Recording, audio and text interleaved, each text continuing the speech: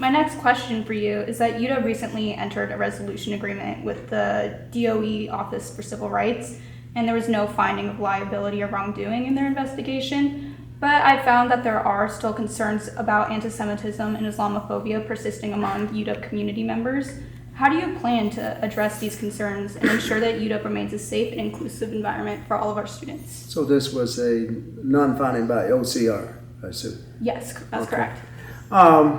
Well, I'm pleased that there was not a finding, but at the same time, it doesn't mean we can diminish or become comfortable with the current state of affairs in higher education, where it's very clear that Jewish students are experiencing more anti-Semitism than they ever have in the history of higher education.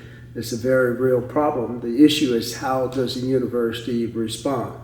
And what I've done at Illinois is we established a council on Jewish in-campus life that helped advise me as a chancellor about these kinds of issues and how do we think about ways to engage Jewish students in creating a greater sense of belonging.